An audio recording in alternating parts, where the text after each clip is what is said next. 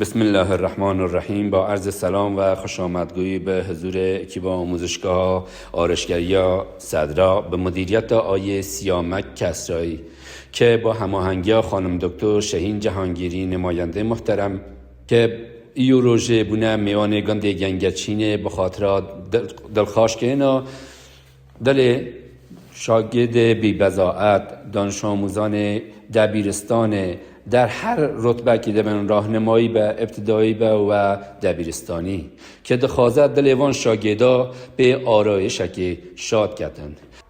ایسا از بخو با عنوان رئیس شورای گند گنگچینه و همکار خو تمام هر چهار شورای دنه و از طرف دهیای محترم تقدیر و تشکر که خانم دکتر دکن که این روژه واقعا دل شاگرد ما محصل منطقه ما خواشت کردن.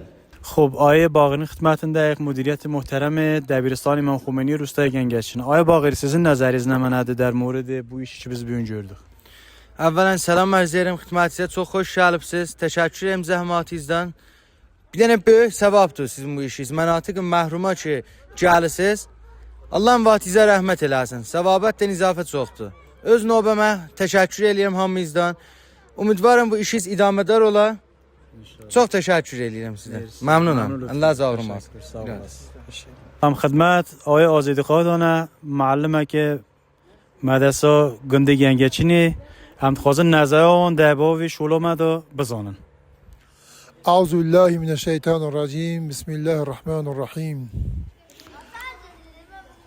إن الله جميل ويحب الجمال قطعا خداوند متعال ذاتك جندية و حش جندیاتیش دکه ام تقدیر و تشکر که یک جا زورد کن ل اداره آموزش پرورش منطقه سوموی برادوسته لشورا و دهیار گند محترم گنگچینی ل آموزشگاه محترم و صدرا و سکاندار آموزشگاه صدرا آقای کسرایی که واقعا انسانه که خدوم و خدمتگزار بو ملت خواب و کشور خواب و هر تشتی شهری خواب قطعا او شوله که ایو وکی شوله که یک جا گرینگه شوله که مزنه شوله که واقعا ارزش هنری ارزش هنر نشان جامعه ده شاید هنر به نوعی که نا جامعه و مد جامعه هنر که واقعا حد کم احساس کن که هنر حتی شاید محیط گناه ده هنر بینده چه جای کدی و هنر ساخت که